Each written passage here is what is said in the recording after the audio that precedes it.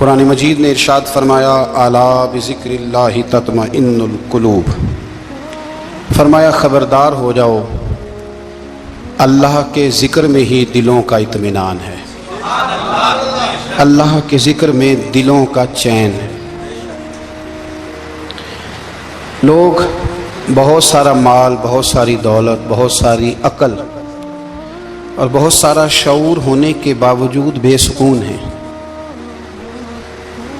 جس چیز نے زمانے کو تکلیف میں مبتلا کر دیا ہے اور جو چیز ڈھونڈنے سے نہیں ملتی وہ اطمینان ہے، وہ قرار ہے۔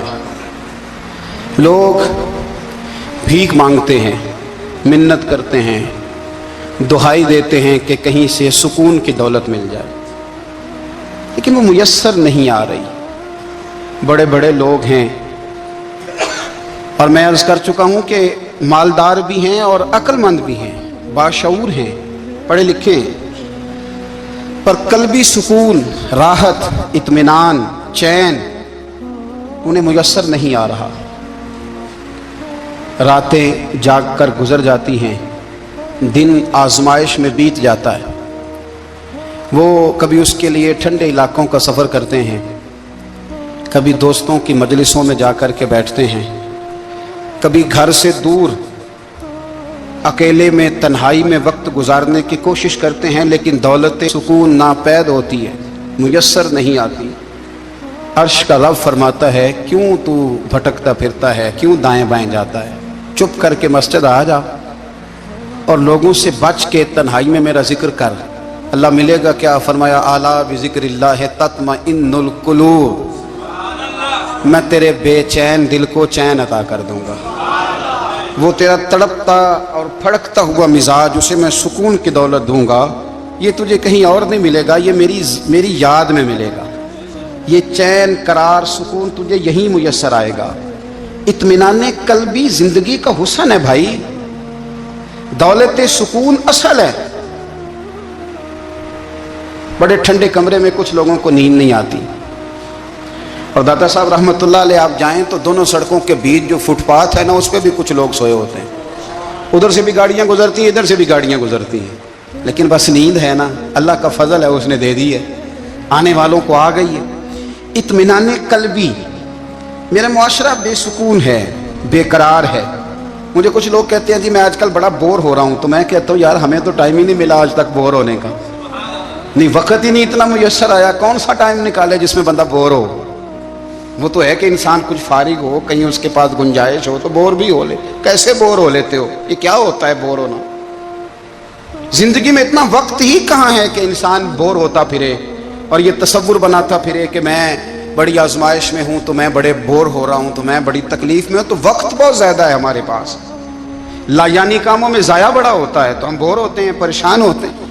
اللہ فرماتے ہیں یہ جو میری یاد ہے نا، لیکن اس کا بھی ایک طریقہ ہے یاد کا، اس طریقے سے اگر میرے رسول کریم علیہ السلام نے فرمایا اللہ کا ذکر اس طرح کرنا کہ دیکھنے والا تمہیں دیوانہ سمجھے، لوگ سمجھیں کہ کوئی مجنون ہے، کوئی جنونی ہے، کوئی پاگل ہے۔ یہاں اللہ تعالیٰ معاف کرے، آپ ذکر کی مجلس چھیڑیں، آپ ناز شریف کی مجلس چھیڑیں تو بہت سارے لوگ پروفیسر بن جاتے ہیں، وہ ساری نہیں ہلاتے، ان کی زبانی حرکت میں نہیں آتی۔ حالانکہ رب کریم کا ذکر اس طرح کرو کہ دیکھنے والا تمہیں دیوانہ سمجھے، کہیں اور کھونے کی ضرورت ہی نہیں۔ میرے حبیب گویا ہمیں فرماتے ہیں تو رب کے ذکر میں اس طرح کھو جا کہ تجھے دنیا کا خیال ہی نہ رہے، تجھے پھر دنیا کی ہوش نہ رہے۔ لیکن اگر نماز میں بھی خیال غیر آئے، ذکر میں بھی توجہ کہیں اور ہو، زندگی میں وہ عجیب لمحہ تھا، وہ میرے ساتھ تھا اور میں تنہا تھا۔ اگر ماحول یہ ہو کہ آپ کہیں جسم کے ساتھ تو موجود ہوں، روح موجود نہ ہو، تو پھر لذت ذکر بھی میسر نہیں آتی، پھر کیف نہیں حاصل ہوتا۔ یاد رکھیں کہ اس طرح کھو کے رب کی یاد کہاں سے کیف آئے گا؟ الجھ ہی پڑا گئے ہیں۔ وہ مستی، وہ سرور، وہ کیف جو اللہ کے ذکر میں ہوتا تھا، جو کبھی مرشد کامل کے سامنے بیٹھ کر لوگ اللہ اللہ کرتے تھے تو لگتا یہ تھا کہ یہ یہاں ہے ہی نہیں، یہ تو کہیں اور چلے گئے ہیں، یہاں موجود ہی نہیں۔ لیکن اب وہ موج نہیں، وہ شوق نہیں، وہ درد نہیں، وہ ذیل نہیں۔ اقبال تڑپ کے کہا کرتے تھے خیرت کی گتھیاں سلجھا چکا ہوں، یا رب مجھے صاحب جنوں کر دے، اللہ مہربانی فرما، وہ کیفیت دے، وہ سرور دے۔ زندگی میں اگر اطمینان چاہتے ہو تو کبھی کبھی سب کچھ بھول کے نا تو مست ہو جایا کرو رب کی یاد میں۔ کبھی کبھی چھوڑ دیں دنیا، چھوڑیں یار موبائل، کسی وقت کریں اس کو بند، چھوڑیں اس بات کا خیال کہ فلانے نے سلوٹ کیا ہے کہ نہیں کی، چھوڑیں۔ حضرت باجزید بستامی رحمت اللہ تعالیٰ علیہ فرماتے ہیں میں نے اعتکاف کبھی اپنی مسجد میں نہیں کیا، یہ کہ سارے ہی ہاتھ چومنے والے، سارے ہی پیار کرنے والے۔ فرماتے ہیں میں جب اعتکاف کرتا تھا تو میں بستان سے دور نکل جاتا تھا جہاں کوئی مجھے جاننے والا نہ ہو۔ اٹھ بلیا چلو اتھے وسیے، جتھے وس دے نہیں سارے ینے، نہ کوئی ساڈی ذات پچھانے تے نہ کوئی سانو منے، چل ادھر چلے۔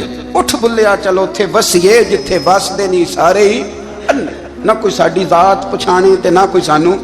اتنا شوق ہے سلوٹ کرانے کا، اتنا شوق ہے تعارف کرانے کا، اتنا شوق ہے اپنا بتانے کا، تو یہ چیز غلبہ کر جاتی ہے، پھر نام رہ جاتا ہے، روح نہیں رہتی، پھر وجود رہ جاتا ہے، پھر باطن کی کیفیت نہیں رہتی۔ خدا را اپنے آپ کو بے چین نہ کرو، بے قرار نہ کرو، بے سکون نہ کرو، رب کی یاد میں آ جاؤ، درود و سلام میں آ جاؤ، نعت کے حسن میں آؤ، تلاوت کی دنیا میں آؤ، سجدوں کے نور میں آؤ۔ آؤ کبھی کھول کے دل مسجد کی صفائیاں کریں، آؤ نہ کبھی کوئی بوڑھا، دادی، نانی، دادا، ان کے پاس بیٹھ کے پیر دبا کے اللہ کو راضی کریں۔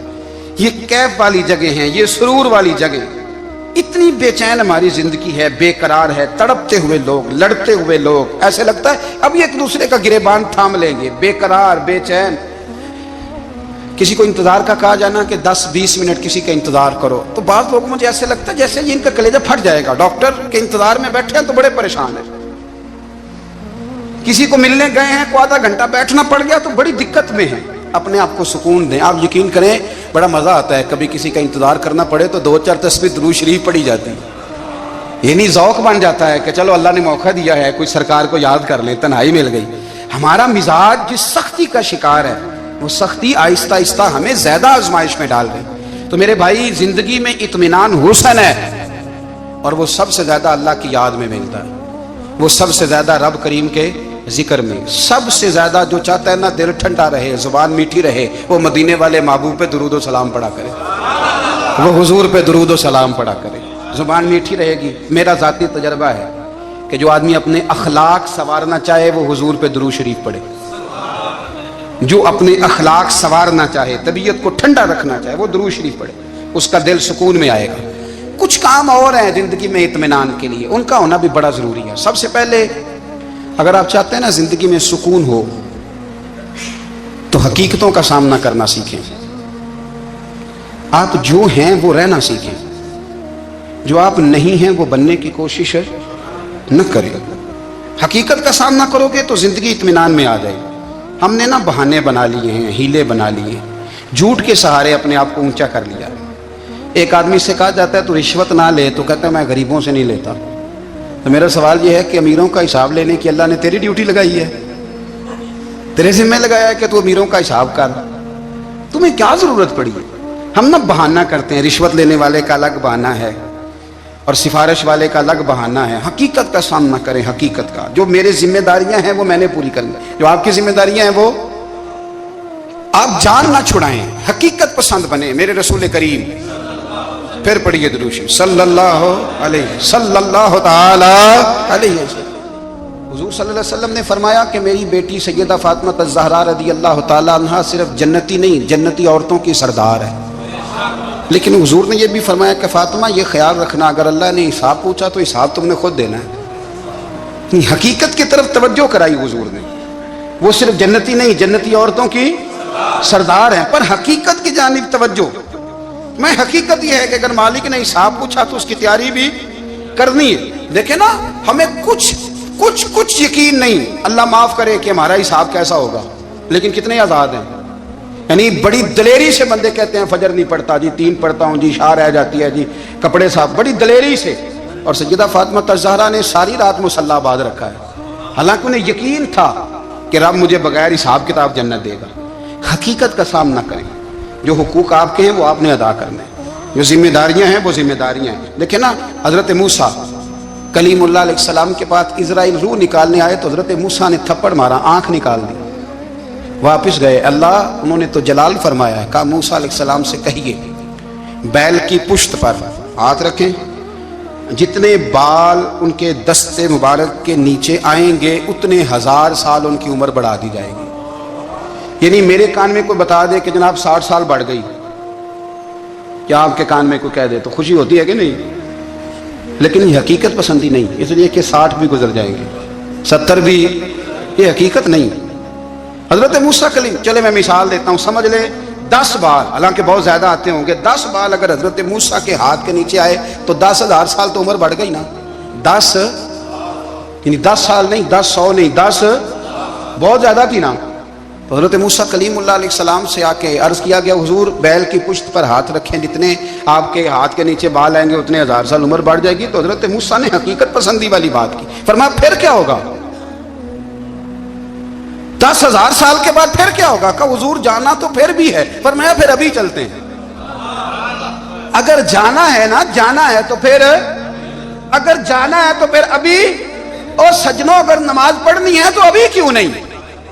اگر داڑھی رکھنی ہے تو پھر رمضان کا انتظار کیوں کریں, ابھی کیوں نہیں؟ اگر سچ بولنا ہے تو پھر, اگر رزق حلال کھانا ہے تو پھر انتظار کہے گا. حقیقت حقیقت ہوتی ہے, بہانہ ہوتا ہے. حقیقت چھپ نہیں سکتی بناوٹ کے اصولوں سے, کیونکہ خوشبو آ نہیں سکتی کبھی کاغذ کے پھولوں سے. یہ بات یاد رکھیں. اگر جانا ہے تو حضرت کلیم فرمانے لگے پھر 10,000 سال کے بعد بھی جانا ہے تو آج بھی. ہمیں بے قراری زندگی میں اس لیے کہ ہم حقیقت پسند نہیں, ہم بہانوں میں, ہم ہواؤں میں جیتے ہیں, ہواؤں میں, خیالات میں زندگی گزارتے ہیں. بڑا ٹائم پڑا ہے. مثلاً کتنا میرے رسول کریم صلی اللہ تعالی علیہ وآلہ وسلم نے ایک دن صحابہ سے فرمایا تمہیں حیا نہیں آتی؟ حضور کیا ہوا؟ فرمایا وہ والے مکان بناتے ہو جن میں تم رہ نہیں سکتے, وہ والا مال جمع کرتے ہو جو کھا نہیں سکتے, حیا نہیں آتی؟ عرض کی حضور حکم کریں. تو محبوب فرمانے لگے جوتے کا ایک تسمہ بند کرتا ہوں تو سوچتا ہوں دوسرا بند کرنے سے پہلے موت آ جائے گی. ایک سانس اندر جاتی ہے تو دوسرا آنے سے پہلے میں یاد کرتا ہوں کہ مجھے دنیا سے جانا ہے. تمہیں حیا نہیں آتی؟ وہ مکان بناتے ہو جن میں رہ ہی نہیں سکتے, وہ مال جمع کرتے ہو جو کھا. حقیقت پسند نہیں بھائی. ہم بہت سارے لوگ یہاں بڑی باتیں سناتے ہیں, بڑی, میں کہتا ہوں اصل میں نا زیادہ باتیں سنا کے نا بیچارہ اپنے آپ کو مطمئن کرنا چاہتا ہے. اصل بات یہ ہے کہ اندر سے نا ہلا ہوا ہے, کچھ بھی نہیں, بڑا زیادہ ہنستا ہے اور مجھے لگتا ہے کہ کوئی گہرا زخم چھپا رہا. اس لیے ملمہ سازی, حقیقت پسند بنو, حقیقت پسند. یاد رکھنا من ترک صلاۃ متعمدا فقد کفر. میرے رسول نے حقیقت بیان کی. فرمایا جس نے ایک نماز بھی جان بوجھ کے چھوڑی اس نے رب کے رب ہونے کا انکار کیا, اس نے کفران نعمت کیا. یہ حقیقت ہے, کوئی کلیریفیکیشن نہیں, کوئی وضاحت نہیں. جو نماز نہیں پڑھتا جھوٹ بولتا ہے, غلط بیانی کرتا ہے. جو شخص رزق حرام کما کے کہتا ہے کہ اس کے بغیر گزارا نہیں چلتا, وہ جھوٹ بولتا ہے. اس لیے کہ رب فرماتا ہے جب تجھے پیدا کیا ہے تو تیرا رزق میرے ذمہ ہے. اللہ فرماتا ہے کہ لا یکلف اللہ نفسا الا وسعها, میں کسی پر وہ بوجھ نہیں ڈالتا جو اٹھا نہ سکے. نماز فرض کیا اس کا مطلب ہے ہم پڑھنے کے قابل ہیں. اس نے ہمارے ذمہ داریاں لگائی ہیں تو مطلب یہ ہے کہ ہم ذمہ داریاں ادا کرنے کے قابل ہیں, ورنہ وہ کہتا ہے میں وہ بوجھ ڈالتا ہی نہیں جو تجھ سے اٹھایا نہ جائے. اگر چاہتے ہو کہ زندگی میں اطمینان ملے تو خدا را حقیقت پسند والی زندگی گزارو. یہ فضاؤں میں زندہ رہنا, ہواؤں میں, اللہ بڑا معاف کرنے والا ہے, اللہ بڑا کریم ہے, معاف کر دے گا. تو بھئی یہ بات صحابہ کو بھی پتا تھی, یہ اہل بیت کو بھی خبر تھی, تو وہ تو ایک ایک بات کا لحاظ کرتے تھے. یہ غوث اعظم کو بھی پتا تھی, یہ ان کے والد کو بھی پتا تھی جنہوں نے کسی کا ایک سیب کھا لیا تھا تو 12 سال اس کے گھر میں نوکری کرتے رہے. انہیں نہیں پتا تھا اللہ بڑا کریم ہے, معاف کر دے گا, ایک سیب ہی ہے نا. تو حقیقت پسندی آپ کو سکون دے گی. اور اگر آپ نے اپنے آپ کو غیر مطمئن کیا ہوا ہے, بات کچھ اور ہے, اور آپ نے اپنے آپ کو ڈال کسی اور طرف لیا ہے, تو پھر آپ کو سکون مل سکتا. سکون حقیقت پسندی میں, اصل میں سکون ہوتا ہے, اداکاری میں سکون نہیں ہوتا. تیسری بات سنیں, اگر آپ چاہتے ہیں زندگی میں مطمئن رہیں تو دنیا داروں سے امیدیں توڑ دیں, اللہ اور اس کے رسول سے امید وابستہ کریں, اولیاء اللہ سے امیدیں وابستہ کریں, صحابہ اور اہل بیت سے امیدیں, اللہ اور اللہ والوں سے امیدیں, دنیا داروں سے امیدیں آپ کو پتا ہے دنیادار کی تباہی کب ہوتی ہے؟ جب انہیں خوشامدی مل جاتا ہے۔ چودھری کا بیڑا اس وقت غرق ہوتا ہے جب اسے چودھری کہنے والے زیادہ ہو جاتے ہیں۔ سیٹھ صاحب اور نواب صاحب بیچارے تباہ تب ہوتے ہیں بھولے پن میں، جب ان کے دائیں بائیں ریلا ہوتا ہے سیٹھ صاحب کہنے کا۔ لوگ انہیں کھانا چاہتے ہیں، پیار ان کا نہیں ہوتا، ان کی جیب کا ہوتا ہے، محبت ان سے نہیں ہوتی، ان کی کرسی سے ہوتی ہے، ضروریات کا پیار ہوتا ہے، تباہ کر دیا جاتا ہے۔ ہماری ساری توقعات دنیا داروں سے وابستہ ہو گئی ہیں۔ ناراض نہ ہونا، پیروں نے، مولویوں نے، درویشوں نے، انہوں نے بھی سیٹ رکھے ہوئے جلسوں کی صدارت کرانے کے لیے۔ یعنی مذہبی جلسہ ہے، اس میں بہت زبردست پڑھے لکھے صاحب تقوی عالم کا خطاب ہے، اور کی صدارت وہ بندہ کر رہا ہے جس نے عشاء کی نماز بھی نہیں پڑھی، وہ بندہ صدارت کر رہا ہے۔ کیوں؟ اس لیے کہ اس نے لاکھ روپیہ دیا محفل میں۔ خدا را دنیا داروں سے امیدیں چھوڑ دیں، ورنہ آپ کمزور پڑ جائیں گے، آپ کی امیدیں ٹوٹیں گی۔ کتنا کمزور ہے وہ شخص دو چار ہزار کے لیے کسی بندے کی چاپلوسی کرتا ہے، اس کے پیچھے بھاگتا ہے، خوش آمدیں کرتا ہے، تھوڑے سے نوٹوں کے لیے۔ دکھ سکھ میں کام آئے گا اس کام کے لیے۔ میرے رسول کریم علیہ السلام نے فرمایا، جس نے بندوں کو راضی کرتے کرتے رب کو ناراض کر دیا، اس کی دنیا بھی گئی اور آخرت بھی گئی۔ اور فرمایا جس نے بندوں کی پرواہ نہیں کی، اللہ کو راضی کیا، فرمایا اگر رب راضی ہو گیا تو لوگوں کے دلوں میں بھی محبت پیدا فرما دے گا۔ کیا ضرورت ہے خوشامد کرنا دنیا داروں کی، سیٹوں کی، نوابوں کی، چاپلو۔ اور میں آپ کو ایک بات بتاؤں، ہوتا پتہ کیا ہے؟ یہ جو حب جا اور حب با ہوتی ہے نا، اس سے پیٹ نہیں بھرتا۔ آپ کو اگر خوشامد کرنی ہے تو پھر آپ کو ساری زندگی کرنی ہے۔ پھر ان کو بھی پتہ ہوتا ہے کہ تعلق کس بنیاد پر ہے، اس میں کبھی بھی خلوص پیدا نہیں ہوتا۔ آپ بے چین رہتے ہیں، بے قرار رہتے ہیں، آپ کو تکلیف رہتی ہے ہمیشہ۔ کبھی بھی دنیا داروں سے امیدیں وابستہ نہ کریں۔ ایک بات سنیں بڑی شاندار، امام غزالی نے لکھی ہے۔ امام غزالی فرماتے ہیں کہ ہارون الرشید نہ حج کر کے واپس آیا بغداد میں، تو کونے میں حضرت بہلول دانا بیٹھے تھے، رش بہت تھا، مجمع بڑا تھا۔ حضرت بہلول دانا بھی سڑک کے کنارے بیٹھے تھے، تو سپاہی کہنے لگے یہاں سے اٹھ جاؤ۔ فرمانے لگے ہارون الرشید کی زمین نہیں، زمین میرے رب کی ہے، میں کیوں اٹھوں؟ وہ قریب سے گزرا تو سلام لی، تو آپ نے اس کا پروٹوکول دیکھا تو فرمانے لگے ہارون رشید تجھ سے تگڑے تگڑے موٹے موٹے پروٹوکول میں نے لوگوں کے دیکھے ہیں، اور یہ جو تیرے دائیں بائیں آج تیرے نعرے لگا رہے ہیں، یہ پہلے ان لوگوں کے نعرے لگایا کرتے تھے، اور تھوڑا وقت گزرنے دے، جو تیرے بعد آئے گا نا یہ سارے پھر ان کے نعرے بھی لگائیں گے۔ تو جھوٹ کی دنیا میں زندہ ہے، ان سے تو نے امیدیں وابستہ کی ہیں، یہ کل اس کے نعرے لگائیں گے۔ اس کے دل پہ بڑا اثر ہوا، گھوڑے سے اتر آیا، آگے کہنے لگا حضور آپ نے مجھے بڑی اچھی نصیحت کی ہے، میرا دل بڑا ٹھنڈا ہوا ہے، میں نے سنا ہے آپ مقروض ہیں، کچھ لوگوں کا قرض، تو مجھے کوئی حکم ہی کر دیں۔ آپ ہنسنے لگے، فرمانے لگے یار تو بڑا ہی بیوقوف ہے، بڑا ہی بیوقوف ہے تو، میں تجھے نصیحت کر رہا ہوں تو مجھے الجھا رہا ہے، حضور کوئی حکم کر دیں۔ کیا خوبصورت انداز ہے رب کریم کے بندوں کا۔ حضرت بہلول دانا فرمانے لگے تیرا رب کون ہے؟ کہا اللہ۔ تو فرمایا میرا کون ہے؟ کہا اللہ۔ فرمانے لگے یہ تو نہیں نہ ہو سکتا کہ اللہ ہارون رشید کو دیتا رہے اور بہلول دانا کو بھول ہی جائے، یہ تو نہیں نہ ہو سکتا کہ ہارون رشید کو دیتا رہے اور بہلول دانا کو بھول جائے۔ فرمایا اس کا دل، اس کا ارادہ ہوا، ارادہ قدرت ہوا کہ بہلول مقروض رہنا چاہیے، تو اگر رب مجھے رکھنا چاہتا ہے، دکھ قبول محمد بخشا راضی رہن پیارے، اگر وہ چاہتا ہے میں مقروض رہوں تو میں بھی چاہتا ہوں کہ میں مقروض ہی رہوں، یہ تو نہیں نہ ہو سکتا کہ تجھے دے اور مجھے نہ دے۔ فرمایا میری تجھ سے کوئی امید نہیں، مجھے جب بھی دے گا میرا رب بھی دے گا، اور وہ دے گا تو پھر انشاءاللہ خزانے کھول کے دے گا۔ دنیا داروں سے امیدیں وابستہ کرنا، لوگوں کے پیچھے، یہ چھوڑ دیں، آپ بے چین رہیں گے، بے قرار رہیں گے۔ اللہ والوں سے ضرور امیدیں وابستہ کریں، اس لیے کہ ان کے پاس جو کچھ ہوتا ہے وہ دراصل رب کا ہی ہوتا ہے، لیکن سیٹھوں سے، نوابوں سے، سیاستدانوں سے باز آ جائیں، ہماری بڑی امیدیں وابستہ ہیں۔ میں اکثر کہتا ہوں جتنے پھیرے نوکری کے لیے دنیا دار کے دروازے پہ لگائے ہیں نا، اس سے کم دفعہ مسجد میں نفل پڑے ہوتے تو رب اتنی بڑی مہربانی فرما دیتا۔ تیسری بات یہ یاد رکھیں، اگر سکون لینا چاہتے ہیں نا، اگر سکون لینا چاہتے ہو نا تو لوگوں کو ڈسکس کرنا بند کر دو۔ کس کو اللہ نے کتنے پیسے دیے ہیں وہ جانے اور اللہ جانے، کس کو اللہ نے کتنی گاڑیاں دی ہیں وہ جانے، اور لوگوں کو ڈسکس کرنا جی۔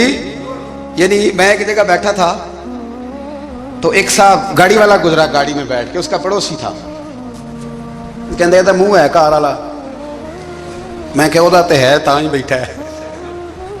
ਤੇ ਹੁਣ ਮੈਂ ਕਿਹਾ ਉਹ ਸਮਝਾਣਾ ਸੀ ਨਾ ਉਹਨੂੰ, ਮੈਂ ਕਿਹਾ ਤੂੰ ਤੇ ਮੈਂ ਹਿਸਾਬ ਲਾਈਏ ਵੀ ਸਾਡੇ ਕੋਲ ਕੋਈ ਨਹੀਂ, ਉਹਦਾ ਤੇ ਹੈ।